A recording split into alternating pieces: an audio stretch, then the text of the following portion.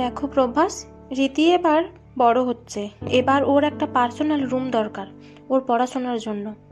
মাত্র 5 বছর বয়স মেয়েটার, এখন কি দরকার আছে? আমাদের ফ্ল্যাটে মাত্র 2টো রুম, একটাতে মা আর একটাতে আমরা থাকি। নতুন ফ্ল্যাট নেওয়ার মতো ক্ষমতাও নেই এখন। তাহলে রীতি কি মায়ের কাছে থাকবে? প্রভাস বলল, তুমি কি পাগল হয়ে গেলে? তোমার মায়ের সাথে থেকে থেকে তো পড়াশোনা মাথায় তুলেছে মেয়ে। সারাক্ষণ বক বক, ভালো কিছুই তো শেখাতে পারেন না, সব সময় খালি আধিক্যতা দেখলে গা জ্বলে যায় আমার। শোনো, মায়ের জন্য তুমি এবার অন্য কিছু ব্যবস্থা করো। ওই ব্যাকডেটেড বুড়িটাকে নিয়ে আর পারা যাচ্ছে না। বাড়িতে বন্ধু বান্ধব আসলেই ওনার সমস্যা, মানুষের সাথে ভালোভাবে কথা বলতে পারেন না। এখনও সেই বাবা বাছাতেই পড়ে আছেন। ওনার জন্য আমার লাইফটা হেল হয়ে গেল। সোসাইটিতে মান সম্মান থাকলো না আর। বিয়ের আগে বলনি কেন তোমাদের এরকম ফ্যামিলি স্ট্যাটাস? তাহলে আমি অন্য কিছু ভাবতাম।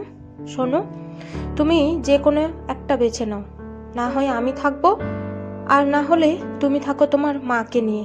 আমি কালই রীতিকে নিয়ে বাপের বাড়ি চলে যাব। পরের দিন প্রভাস নিজের মায়ের কাছে এসে বসলো। মা, তোমার সাথে কিছু কথা ছিল। আয় বাবা বস। আমিও তোকে কিছু কদিন ধরেই বলবো বলবো ভাবছি। হ্যাঁ মা বলো। বাবা, অনেক দিন হলো তোর বাবাকে হারিয়েছি। তুই প্রতিষ্ঠিত হয়েছিস, তোর সংসার হয়েছে। বাবা, এবার আমার একটু বিশ্রাম চাই। আমাকে কোনো একটা বৃদ্ধাশ্রমে রেখে আয়। জমানো যা টাকা আছে তা দিয়েই বাকি জীবনটা চলে যাবে। এ বাড়িতে ভালো লাগে না আর। প্রভাসের মুখটা ভার হয়ে গেল। বুঝলো মা অনেক যন্ত্রণা থেকে কথাগুলো বলছে, কিন্তু কিছু বলল না, চুপচাপ উঠে গেল। সারা রাত মা ছেলে দুজনের চোখে ঘুম নেই। প্রভাসের মা সুনীতি দেবী ভাবতে লাগলেন তার অতীত জীবনের কথাগুলো। বিয়ের পর বছর ঘুরতে না ঘুরতেই কোলে প্রভাস আসে। স্বামী সন্তান নিয়ে ভালোই ছিলেন সুনীতি দেবী। হঠাৎ এক দুর্ঘটনায় মারা গেলেন প্রভাসের বাবা। অন্ধকার নেমে এলো সংসারে। যা দেওর ননদ সবাই যেন অচেনা হয়ে গেল। চারিদিকের সব মানুষগুলো বদলে যেতে লাগলো। দুমুঠো খাওয়ার জন্য খোঁটা শুনতে হতো প্রায়ই।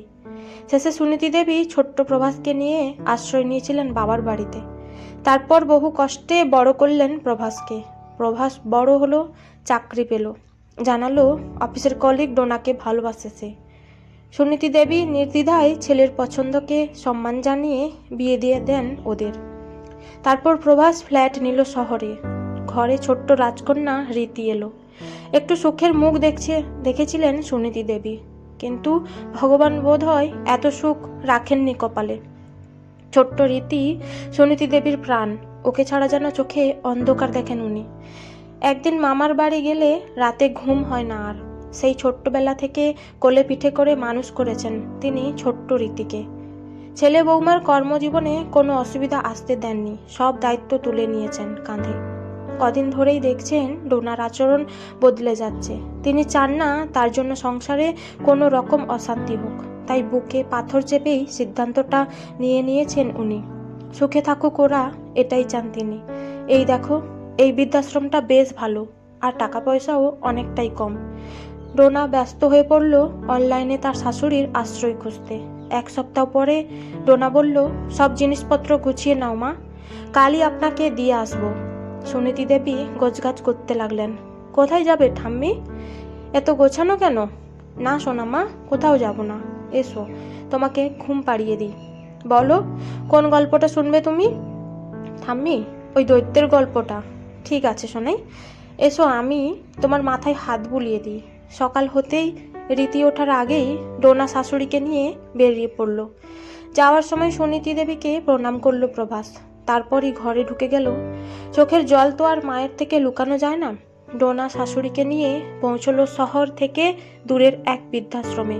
বলে এলো, আমি আর প্রভাস মাসে 2বার এসে দেখা করে যাব তোমার সাথে, ভালো থেকো। চোখ ভরা জল নিয়ে সুনীতি দেবী বিদায় জানালো বৌমাকে। 2 মাস কেটে গেছে। রীতি মতো অসুস্থ হয়ে পড়েছে। তার ঠাম্মির জন্য কেঁদে কেঁদে খাওয়া ঘুম সব ছেড়েছে।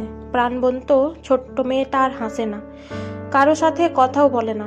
স্কুল থেকে গার্জিয়ান কল হয়, স্কুল থেকে জানিয়ে দেওয়া হয় বাচ্চার কাউন্সেলিং করান, ক্রমশ আপনাদের বাচ্চা মানসিকভাবে অসুস্থ হয়ে পড়ছে। ছোট্ট রীতি আর স্কুলে যেতে চায় না। তার প্রশ্ন একটাই, ঠাম্মি কবে আসবে? কাউন্সেলিং করানো হলো, অনেক বোঝানো হলো, কিন্তু রীতির কোনো পরিবর্তন হলো না। দিনের পর দিন রীতির অবস্থা খারাপ হতে থাকলো। একমাত্র মেয়ের এই অবস্থা দেখে ডোনা তো কান্নাকাটি শুরু করলো। প্রভাস ডোনাকে জানালো যে কিছু টাকা লোন নিয়ে আর এই ফ্ল্যাটটা বিক্রি করে জমানো যা আছে তাই দিয়েই একটা বড় ফ্ল্যাট নেওয়ার ব্যবস্থা করবে ও। আরও 1 মাস কেটে গেছে। পরের দিনই জন্মদিন রীতির। আচ্ছা মামাম, তোমার জন্মদিনে কি গিফট লাগবে তোমার? বাপি, আমার ঠাম্মিকে এনে দাও তুমি। আজ ছোট্ট রীতির জন্মদিন। মনটা সকাল থেকে খারাপ হয়ে আছে সুনীতি দেবীর। আজকের দিনে প্রতি বছর নিজের হাতে পায়েস রান্না করে খাওয়ান রীতিকে। হঠাৎ ঠাম্মি ঠাম্মি স্বপ্ন দেখছে নাকি সুনীতি দেবী? বাবা মায়ের হাত ধরে রীতি আসছে। এসো ঠাম্মি, তোমাকে নিতে এসছি। তুমি আমাকে ছাড়াই চলে এসেছো? চলো বাড়ি যাব।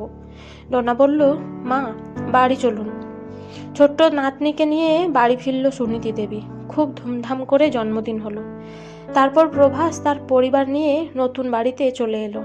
এখন ঠাম্মির হাতেই খায় রীতি, ঠাম্মির কোলেই ঘুমায়, গল্প শোনে। একদিন রাতে ডোনা গেল সুনীতি দেবীর ঘরে রীতিকে খাওয়াতে। দেখলো ঠাম্মির গলা জড়িয়ে রীতি বলে চলেছে, ঠাম্মি, দাদুনদের সবাইকে একা একা থাকতে হয় কেন? সুনীতি দেবী বললেন, কে বলেছে তোমায়? মাম্মাম বলেছিল যে। তাই জন্যেই তো তুমি আমাকে ছেড়ে চলে গেছিলে, তাই না? তোমার সাথে সারাদিন খেললে মাম্মাম বকে। আমিও বাবার মতো বড় হলে মাম্মামকে আলাদা জায়গায় রেখে দেব। তারপর তুমি আর আমি খেলবো, কেউ বকবে না আর। চমকে উঠল ডোনা এসব শুনে। সুনীতি দেবী বললেন, এরকম বলতে নেই সোনা, সবাইকে একসাথে থাকতে হয়। কিছুদিন পর ডোনা হঠাৎ করে অসুস্থ হয়ে পড়ল। শরীরে শক্তি নেই আর উঠে দাঁড়ালে মাথা ঘুরছে, পা মুখ পেট ফুলতে শুরু করেছে। ডাক্তার দেখানো হলো। বেশ কিছু টেস্টের পর জানা গেল দুটো কিডনি তাদের কার্যক্ষমতা হারাচ্ছে ক্রমশ। বন্ধু বান্ধবরা দূরে সরে গেল সব। ডোনা দিন রাত বিছানায় পড়ে থাকে। শাশুড়ি দিন রাত আগলে রাখে ওকে খাওয়ায়, মাথায় হাত বুলিয়ে ঘুম পাড়ায়। চোখ থেকে জল ঝরে ডোনার। 1 মাস পর অপারেশনের পর ডোনা বাড়ি ফিরল। ও মোটামুটি সুস্থ। সুনীতি দেবী নিজে থেকেই নিজের একটা কিডনি দিয়ে দিয়েছেন বৌমাকে সুস্থ করার জন্য। বেশি বয়সের জন্য একটু সমস্যা হচ্ছিল প্রথমে। অপারেশনের আগে কিডনি ডোনার নিয়ে সমস্যা হচ্ছিল। তখন সুনীতি দেবী এগিয়ে আসেন। সুনীতি দেবী 1 গ্লাস ফলের রস নিয়ে বললেন, বৌমা এটা খেয়ে নাও। ডোনা এবার হাউমাউ করে কেঁদে ফেলল। ক্ষমা করো মা, অপরাধ করেছি আমি। সুনীতি দেবী হেসে বললেন, মায়ের কাছে সন্তান কখনো অপরাধী হয় না মা। মায়ের কাছে সন্তানের জন্য শুধু থাকে স্নেহ আর অফুরন্ত ভালোবাসা।